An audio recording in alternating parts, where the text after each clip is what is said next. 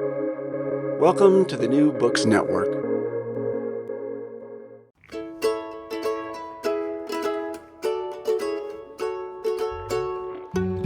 From Brandeis University, actually at Brandeis University this time, welcome to Recall This Book, where star anthropologist Elizabeth Ferry, hey Elizabeth. Hey John. And me, John Plotz, invite scholars and writers from different disciplines to make sense of contemporary issues, problems, and events. Okay, so did you know that Sony Walkman originally had two headphone jacks since they were designed for sharing music, not isolating yourself within your own perceptual enclosure? Did you know that it was discovering the Walkman in 1983 that allowed William Gibson to come up with the concept of cyberspace in his path-breaking Neuromancer, and that early VR goggles were conceptualized as, quote, visual headphones? Have you ever asked yourself whether virtual reality's main appeal is as a gateway to another world or as an effective way to shut out the annoyances of the world that you actually have to live in? If your answer to all of those questions is no, then you're like me before I picked up our guest Paul Roquet's amazing new book, The Immersive Enclosure, Virtual Reality in Japan, which is out this year from Columbia University Press. Roquet is an MIT Associate Professor of Media Studies and of Japan Studies, and his previous work includes the 2016 monograph, Ambient Media, Japanese Atmospheres of Self. So, Paul, we're really delighted to have you on Recall This Book. Welcome. Thank you. Nice to be here. So we have a ton of questions that arise from your wonderful various chapters. I'd love to talk more about the Walkman. I'd love to talk about your thoughts about the way that VR's development has historically flip-flopped between the world of military and of consumer culture. And I also, because I'm, a wonky pre-20th century English professor, I have some prehistory of VR questions, basically about the ways that past art forms, from paintings to novels to films, have sometimes been seen themselves as some kind of immersive medium, both positively as a pedagogical form of immersion and other times negatively as a kind of addictive enclosure. But before we strap on our RTB goggles and head out into the wild, could you just kick us off by describing your book's key claims or its key findings briefly? The starting point for this project was really looking at how much ambivalence there is towards VR nowadays, but also historically towards 3D media, 3D film, and other things in the past. And that always fascinated me, why even among people who are really into the idea that there could be this headset you could put on that would take you somewhere else and you would really believe it, they were also finding ways that it didn't quite fit in with their actual lives. So I was hearing from VR developers or journalists covering VR that when they would put on the headset for work, they couldn't see their kids if they were at home. This is during the work from home sort of period. They're being cut off from everything around them. Usually, though, they would kind of quickly gloss over that. That's kind of the friction that'll maybe go away eventually as the headset gets smaller, and we'll be able to just kind of immediately jump into this other world. But for me, especially looking at the history of immersive technologies, the Walkman, as you mentioned, headphones and sort of other things that claim to bring you somewhere else, there's always this simultaneous bracketing off of everything that's around you. And for me, that was also an essential part of what VR offers, that it's simultaneously, as it's pulling you into some new space, reorganizing your senses to really bring you into that, provide a sense of presence, as a lot of VR developers and promotional language uses. It's also cutting you off. It's putting you in an enclosure that quite aggressively takes you out of the space that you're in. So that's what I came to think of as a kind of perceptual enclosure. And it really fascinated me just what a demand that is, that it's unlike a lot of media where you at least have a kind of air gap between you and the screen or you and the speakers, and you can kind of move your head freely and reorient yourself in relation to it. Once something is right on your face, even if you turn around, it's still going to be there right in your face. You can't really look away. So that made me think of whether we need to put VR in a different kind of lineage, going back to headphones and other, what I came to think of as a kind of head-mounted media history specifically, the specific demands of media interfaces that attach to you. There's more of them emerging every day, but also thinking about what VR does as not only bringing you into a new space, but also making the offer to take you out of the space that you're in. So as I'm looking at how VR is emerging in Japan, as I've studied in past work, I noticed particularly there wasn't so much of the emphasis as in the US on transporting you somewhere else or simulating actually existing environments virtually through a computer, but it was more about, hey, you can go into these fictional sort of fantasy worlds and really be there and be surrounded by it And also you can leave behind your own body, your own normal everyday appearance, your own sort of relationships. You can set all that aside no matter how small a space you have to work with and really go somewhere else. So that affordance of VR, in a sense, was really much more foregrounded instead of being disavowed, as you see it happen a lot in the English language discussion. Japan became a place where you could really see people exploring what that offered. So that appealed to me as well, a way to think about VR that was both a kind of diminished reality, and I use that term slightly differently than VR developers would, but allowing you to bracket off certain parts of your world at the same time as it was connecting into this longer, as you mentioned, a kind of longer media and literary history even of a kind of other world that you can go into using the technology. What is the particularity of the argument you're making here? Like, are you noting two pathways among many? Are you noting two ends of what is fundamentally like a linear scale, between enclosure on one side and immersion on the other, let's say, or are you making a kind of national cultural argument? Which of those things seems like the sort of the strongest thread that you're pulling?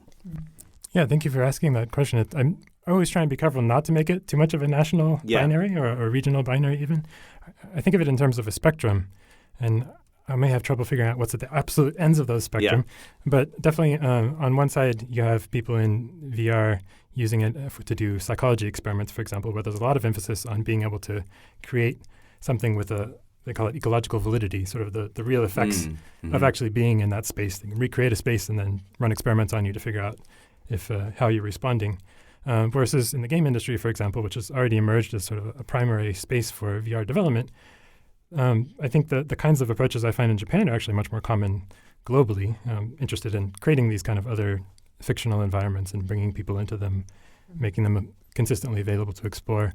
So I think what I find in the Japanese case, and you find both approaches in Japan as well, for sure, but I think it does offer, particularly linguistically, I think the discussion in Japan, more than anything, because it's not indebted to this kind of Western lineage of thinking about immersion as a complete sort of perceptual thing that's going to transcend your immediate reality. There's much less of that, and that allows for a different kind of conversation to take place. And a lot of those ideas, I think, are useful or could be useful for the broader global VR discussion as a different way of thinking not just about the technology, but also about how it's already being used in many parts of the world. Maybe asking the question a little bit differently than John did, but it's kind of it's a cousin question. You mentioned, for instance, you make reference to other scholars and your own sort of thinking about a frontier kind of idea that is maybe emerging in U.S.-based VR. And also at certain points you talk about things happening in Japan or I guess particularly in Japan around, say, the economy or particular forms of density, urban density. Can you say more about how you think about the relationship between this kind of contextual stuff and a particular trajectory of development of VR? Sure, yeah. And I think it's a way of trying to put together a history of urban space or of everyday domestic space with the media that becomes used within that space. So I was influenced here a lot by the work of Yoshikazu Nango, who's an urban studies scholar in Japan, who writes a lot about, he calls it the Hitori Kukan, or the one-person space as it emerges during the same time period. I'm talking about the 1970s and 80s. And it's simultaneously as all of these individual electronic consumer technologies are emerging, like VCRs and video game consoles, as there's a movement towards moving into smaller, literally one-person spaces in the case of studio apartments in Japan, which first really took off around this time period. So this idea of almost a kind of cockpit that you're living in that has everything you need right nearby, that you can reach for your remote control and have access to all these worlds. But it's also, you don't need that bigger living space because you have the virtual space there for you. Yeah. So one of the things we talk about in America in the 70s is the notion of the me generation. Like if the 60s were solidarity, radicalism understood as solidarity, the 70s are radicalism understood as like anime or living for yourself or getting divorced or whatever. Is that same concept in Japan? And if so, how would you relate it to that technological change? Yeah, very similar. So both a lot of urbanization, so people moving to the city from the countryside, but then also a shift towards more sort of individual lifestyles and identities, leaving behind of both sort of more communal activism and sort of community-oriented work, but also even the domestic space of the family kind of shifts from that towards your individual lifestyle, what you're going to do, sort of your own media consumption habits, what you can buy to affect how you feel about yourself. I look in my earlier work, the rise of the Walkman in terms of personal listening habits and people using media to really regulate their moods in a more personalized way really emerges around the same time period. So yeah, I see it as very much in tandem with what's going on globally. And it was really interesting looking back sort of in the pre-VR moment, but already by the late 70s and early 80s, you see Japanese cultural critics talking about a turn not just to these very personalized mediated spaces, but also to a kind of virtual history. So they use that term, kason no rekishi, like the virtual space of a history, rather than talking about existing Japanese history, whether it's the post-war, which is very much present still at that time, or talking about sort of the 1960s sort of political issues and then into the 70s, all the issues that were going on more culturally. The virtual space of history sort of offers a different lineage. So authors like Haruki Murakami, for example, coming up with very detailed sort of worlds for their fiction that feels real. It feels real on a sensory level, but it's definitely very carefully distinguished from any kind of actual history. Yeah. So actually, I'm so glad you went there because I was thinking, already thinking that my recallable book might be something from back in like the 16th century or the 18th century where this question of novel as virtual world making might be raised. But the Murakami is a wonderful example, but can I offer like Sir Walter Scott? So, for example, the famous Waverley novels, which were meant to be Scottish history, they are meant to exist both within they're meant to be the past, and they're also meant to kind of resonate with what it is to be a modern Scot living in 1815, which is modern for Scott.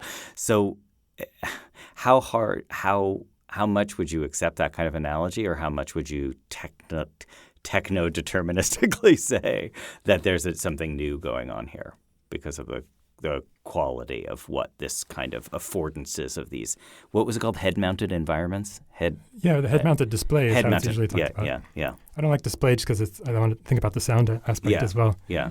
I would split the difference. So there's definitely a really long history of this kind of desire to go into a virtual space, whether or not we use the word virtual. Yeah. And I was really struck both in the US and Japan and elsewhere how often VR engineers and developers constantly invoked Alice in Wonderland, Alice's Adventures in Wonderland. Yeah. That becomes sort of the primary reference point for a space that you want to go into, sort of down the rabbit hole. At the same time, I think there is something really specific about, as I mentioned earlier, sticking the interface to your face, literally, and what that does in a way that a book, for example, does not. And there's still some kind of space between you and the interface. There is some, I think, a more specific history there as well. I think, too, though. I recently went back and looked at a column by Ian Bogost on e-readers, where he was talking about how compared to the flat screen of an e-reader, a book, at least you open it up and you have a page on the right and a page on the left, and there's a kind of valley in between. There's a kind of immersive sort of portal of that in that space as well. Yeah. So there's definitely an earlier history, as many people have written about sort of panoramas and sort of earlier immersive devices. But sticking it to the face, I think, does raise the level of imposition or aggression, in a sense, more than what was there before. The reference to Alice in Wonderland is so interesting, too, because one thing I loved about your discussion was the kind of interplay between enclosure and expansion, right? And that, one thing about the Alice in Wonderland, especially through the looking glass, right? Well, actually, I was thinking of Alice Alice in Wonderland and the size issues, right? Yeah. The sort of trajectory of like stories where tiny little spaces become big worlds, either because it's like a portal, like the wardrobe, say in the Narnia books, or you become very little, and therefore the tiny little space becomes a big space. That seemed to really be an aspect of it that resonated with that we cut off all this sensory perception in order for us to expand our mind. Absolutely. And playing with scale has already emerged, I think, as a key aesthetic quality that a lot of VR experiences play with. When the scale of a virtual object is just a property in the game engine, you can slide up and down. You can really play with shrinking the size of you as a protagonist, between Right. human size or insect size or giant. Interesting. Yeah, but there's a long history of thinking about innovations in fiction as related to scalability, like naturalism. What Lukács says about naturalism is that it differs from realism because it scales human experience. It's not just at the human level. Yeah. Maybe I can ask you about the kind of moral valences, and one aspect of that is certain kinds of moral panic that you see that were around the Walkman and that you see now around VR. Do you see that kind of thing in Japan as well? Not as much. It's gradually emerging, but especially when Facebook purchased Oculus, Facebook brought in all of this baggage already, and combining that with this very potentially invasive device that's going to be on your face, it raised a lot of those red flags, I think, in the U.S. context.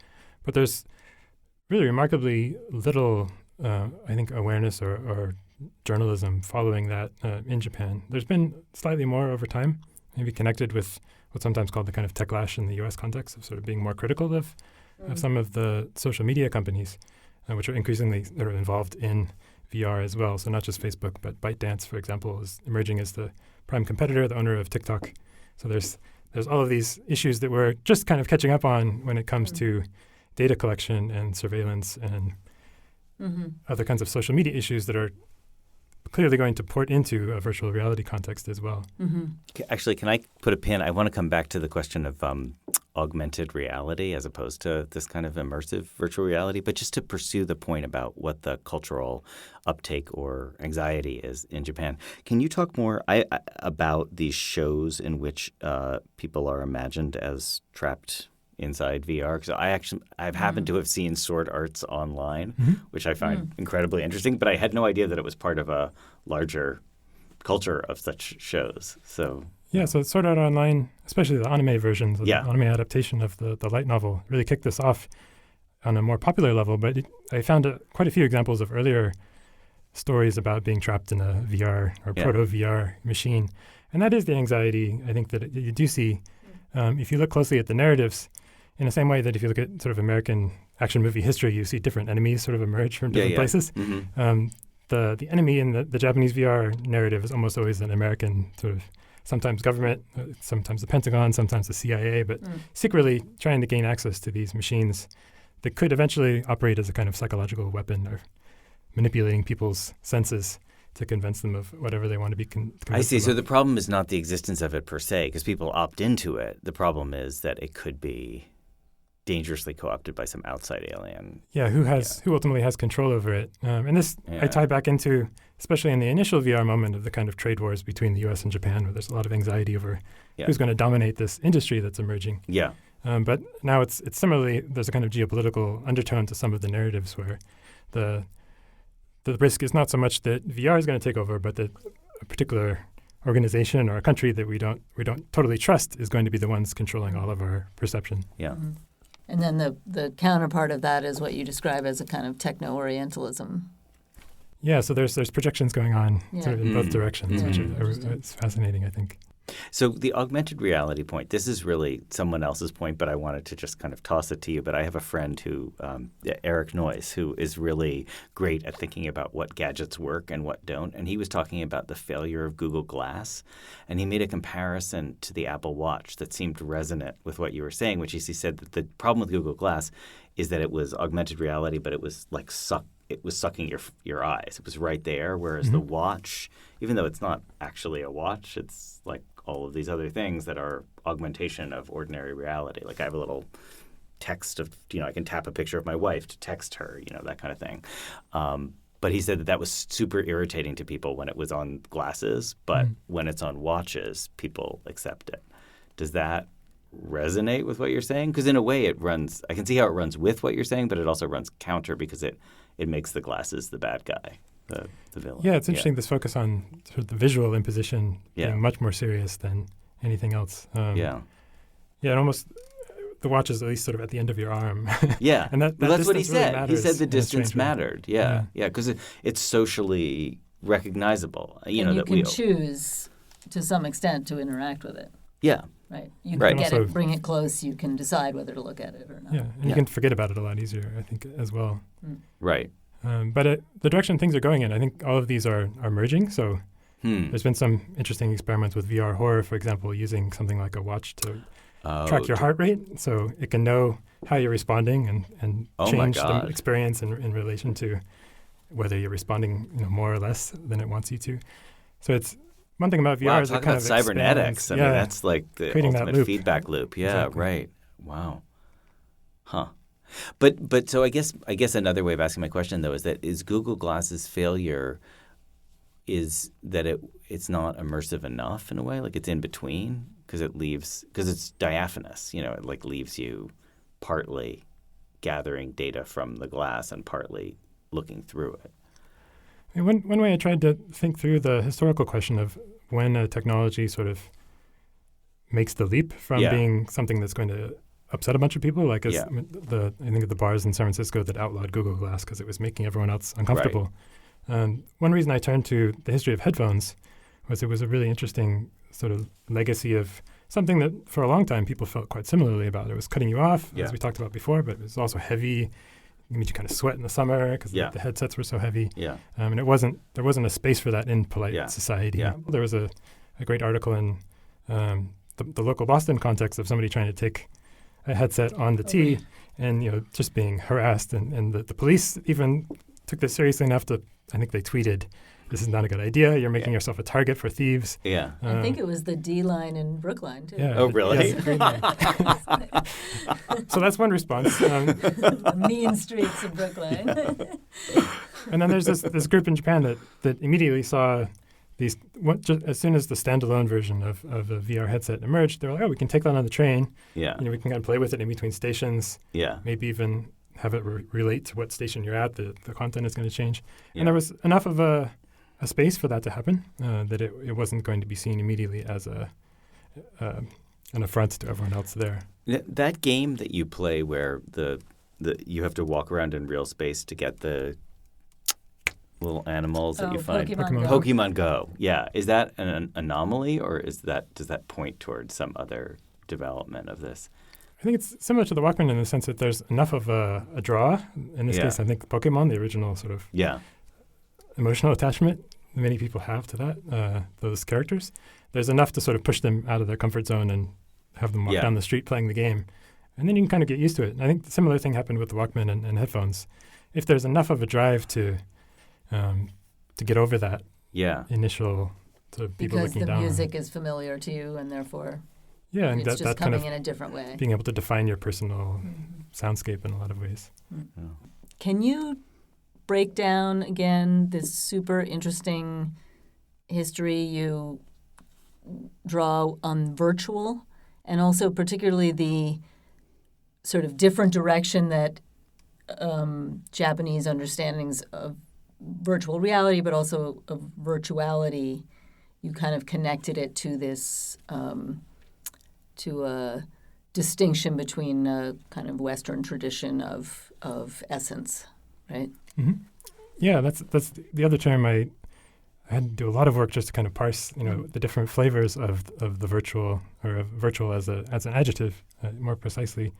So in Japanese, there's a few different ways it's been translated. There's the kaso, which is more literally kind of imaginary space that doesn't have the kind of Platonic idea that there's a more pure sort of virtual world we can get to. Someone like Susumu Tachi was very against that translation. It goes pretty far back, and it comes through in the history of how virtual memory in a computer science context was translated, and it's still used today. But for someone like Tachi, that was completely wrong because the virtual in American especially, but in English language context, there's a sense of kind of essence that's there. So going back to like the Eucharist, if you really look back, so like Martin Luther talking about the virtual essence of something, you can still have something really important that's there, even if physically it's some other material. Right. That does not exist in the kaso context. So when you translate virtual reality as kaso genjitsu, genjitsu is just reality. It loses all of that baggage. To me, it feels kind of like baggage, but it loses that context. It brings it a little bit more into this temporary, imaginary almost kind of layered space that's on top of the existing world, but it's something more temporary, something more illusionary. Fantasy. Basically fantasy, yeah. So in some ways it taps more directly into the literary and sort of fantasy fiction history that we were talking about before. So is the opposite of virtual in that sense actual? For me, the opposite of the caso is something invariant, so something that cannot be turned off. In some ways, some definitions of virtual go in this direction, but something that's always going to be there regardless of whether you're attending to it or not. So you turn around and it's still going to be there is that's something so invariant. interesting. So it's slightly different. So it's durable or it's So when you look up extant? Or independent. independent, when you look up Independent. etymological dictionaries, they're very careful. I thought this was fascinating that the caso, so this character for caso is Yeah. not in distinction to the true. So it's not Yeah. true. It's not a true versus false distinction. Sure. But it's something that's the cause literally means kind of temporary. The ka and caso. So it's something that's temporary, that's provisional. There's one Japanese scholar who ties it back to the rock garden tradition and this idea that you're going to see other landscapes emerge within the rocks in the sand if you look closely, and you know it's not actually there. You know it's going to disappear as soon as you look away or you stop attending to it in that precise angle. But it still sort of has its own reality to it. Yeah. So it's different than the actual. I set aside the kind of actual versus virtual philosophical discussion. Yeah. Partly because it so rarely emerges within the discussions, the discourse I was looking at, VR developers or otherwise, the kind of Bergson and Deleuze and that lineage. I remember this discussion. So Elizabeth and I are both fans of this book called Coming of Age and Second Life. And I remember there's a wonderful discussion in there about the sort of things that can occur in Second Life which are nonetheless real, like if people fall in love in Second Life. That's very different from shaking hands with someone in Second Life or, giving them, even handing them $100 bill. But you can get married in Second Life and it would be valid. So that's, I think, what interests me as well, that there's definitely a lot of actual things going on. Yeah.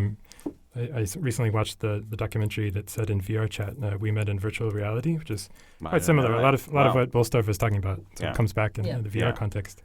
And there's certainly a lot of that. But what interests me, especially in the Japan context, is this idea that the actuality you can find within the virtual space is going to be carefully detached and carefully sequestered from the actuality you might have the rest of the day, sort of outside of the headset.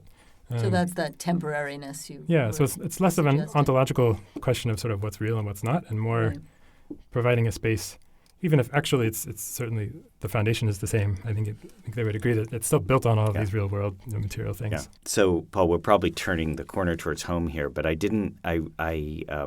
we basically wanted to invite you to talk a little bit about the military applications question. I don't think I have a coherent question there, but I like that you framed, the oscillation between the space of, Pentagon funding or governmental funding and then consumer-driven demand. So, yeah, you want to tell us how you think about that? Yeah, that emerged as I was trying to come up with a coherent sort of sense of what this term virtual is doing, both in English and in Japanese. I think it's the same moment that the very strong military sort of government-sponsored research context that all of the proto-VR research, that term wasn't in use, but researchers were talking about virtual images and virtual worlds and other things before that. That had all emerged in a government-sponsored Defense Department in the U.S. context set of projects. So not only when Jaron Lanier sort of coined the term virtual reality, Gibson's talking about cyberspace. There's sort of a number of terms. Myron Kruger is talking about artificial reality. Yeah. All of these words in different ways, I think, looking back now, are making a concerted effort to set aside, or sort of detach the technology from that military context and represent it. So Lanier talks about bringing a certain poetry to the field that wasn't there before. Yeah. But also I think it's kind of trying to cleanse it of that history at the same time, that this could be your personal fantasy space, not the sort of military hardware to increase lethality as some of the documents. Yeah. What's the Neil Stephenson line? One from Snow Crash. He has a different word. It's not the internet. The metaverse. The metaverse, right? Of course. That's come back. Yeah, that's so interesting. So, do you get any sense that the people are consciously doing this, or you think it's more just? I don't think it's some kind of hidden strategy, but Yeah. I do see, as it's taken up more in the kind of West Coast, sort of California context at the time, there's a very deliberate moment to sort of reshape the conversation. And then Japan, it's a slightly different direction. It's sort of more in the consumer technology, video game, sort of how do we make this applicable to people's everyday life context that really emerges in there. So I try and trace this kind of gradual, several stages of retranslation of the term, which I think that the word virtual reality in its ambiguities allows for that kind of shift in context to take place, because nobody knows exactly what it means for quite a long time, and still today. Yeah, fascinating. So this is probably a good moment to turn to the section that we have called Recallable Books, where each of us names a book that listeners might enjoy that pertains to the topic of this fascinating discussion. So to grease the wheels for you, Paul, maybe Elizabeth and I will go first. So, Ferry? So mine is continuing on the Alice in Wonderland motif, I guess, and these questions of scale and size, and also enclosure within the body and expansion. Madeleine L'Engle's A Wind in the Door, which is in her book. series of which A Wrinkle in Time is the first one, where they go into the mitochondria of her small brother who's desperately ill, and kind of fight a battle of maybe a battle that feels more in the Japanese model of VR in a sense. That happens in Incredible Voyage too, right? Isn't that yes, movie? Yes, right. Yeah, that's great. So I'm gonna be truly fictional nerdy and go back to Don Quixote and just to talk about. I mean, as an early novel that understands itself as writing against a tradition of people getting completely immersed in a romance. So the notion is that, Quixote himself doesn't understand the difference between what it means to live in the world versus living in one of these romances that he thinks he's living in, so that the novel can somehow straddle that in a way that the romance can't, because the romance just is committed to full-on virtuality, I guess. And then the one thing I would say about that, just we didn't really talk about the Sancho Panza side of things, but I love that Quixote has this sidekick, Sancho Panza, who is just relentlessly, whatever the opposite of virtual is, whether that is he's durable, he's quite durable. He's just sort of there and material and earthy and often eating. And so, yeah, I don't know. It seems germane to me, but Paul, over to you. Definitely. So I came up with two, both of which are maybe only partially accessible, so I'm going to kind of do either or. Yeah. One is, unfortunately, a lot of the work I talk about in the book has not been translated into English, but one I think is particularly evocative of this earlier moment in VR is Klein Bottle. It's a Klein no Tsubo in Japanese, which riffs on this idea of the Klein Bottle as this sort of thing that has no inside and outside. Yeah. But it's a mystery fiction, sort of quasi-science fiction, about a playtester for this new immersive game system that eventually we realize is American military in origin, but it completely immerses you. It puts you in this kind of colonial Africa context, and you have to sort of fight it out. Yeah. But it also really evokes the anxiety of in an older sort, that these technologies are going to get so strong that you're not going to be able to distinguish between what's inside the machine and what's outside the machine. So you spend a lot of the book thinking you're back in Tokyo outside of the machine, and then it's like, oh, nope, you're actually still in VR. You're still there. Ends on a really bleak note. But for me, it's a really interesting moment and a useful book, I think, to think about what's changed between now and then. I don't think we really have that fear, at least not in the same way anymore. Yeah. What's the date on the book? 1989. Oh, wow. So it's a moment in Japan, too, where there's a lot of anxiety about sort of people getting too sucked into fictional context as well. It doesn't use the term virtual reality, but you can tell they're kind of picking up on the signals that this is about to emerge. Cool. The other collection of texts I was going to mention, which goes back to the same moment, but I found really fascinating as part of this research to go back to, was the earlier wave of VR criticism in the early 90s, which I think is actually super relevant to what's going on today, but almost never gets cited, never gets read. So I wanted to give a shout out to that. I looked at a lot of the sort of early feminist critiques of virtual reality from this initial moment when it was first emerging. A lot of it's still quite relevant to what's going on now. It's kind of scattered here and there. There's a number of anthologies, Future Visions, Immersed in Technology.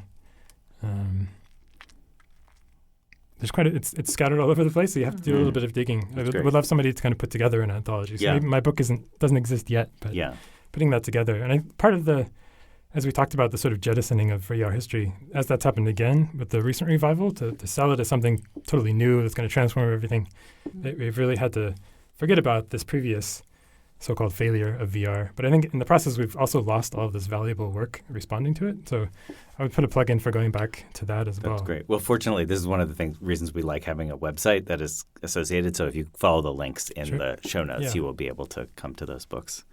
Well, Paul, this has been a real pleasure. So thanks so much for taking the time. If you enjoyed this conversation, dear listeners, you might want to dial up RTB3, which is our 2019 conversation with Lisa Gittleman about new media.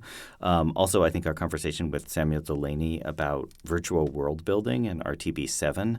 And also, we had a wonderful conversation with Leah Price about sort of book history and also, sort of children's literature as virtual spaces. So all of those might be worth taking a listen to as well. Thank you all for listening. Paul, thank you so much for coming. And thank you. This was fun. Hope to talk to you again soon. Recall This Book was founded by Elizabeth Ferry and me, John Plotz. It is sponsored by Brandeis and the Mandel Humanities Center. Sound editing is by Naomi Cohen, website design and social media by Miranda Puri of the English department. We're eager to hear your comments, criticisms, and thoughts. If you liked what you hear, please subscribe, rate, and review us on Apple Podcasts or wherever you get your podcasts. From all of us here at RTB, thanks for listening.